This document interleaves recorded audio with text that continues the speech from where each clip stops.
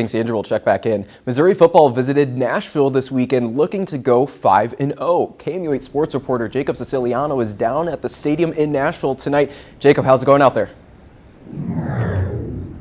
Hey Avery, tonight the Tigers ripped off their 5th consecutive win this season. It's their first 5-0 start since 2013. The last time they came into Vanderbilt ranked back in 2019, they lost. This time, different story, and it's mainly because of Brady Cook. He set the all-time record for passes without an interception in the SEC at 326 attempts. Luther Burden and Theo Weiss Jr. became the first receiving duo to have 100-yard games since Albert Aquimba and Jalen Knox back in 2018. Now the Tigers, they'll return to Columbia to take on number 13 LSU in a game that will be a big test for where they stand at the end of the season. Reporting live in Nashville, Jacob Siciliano, KMU8 News.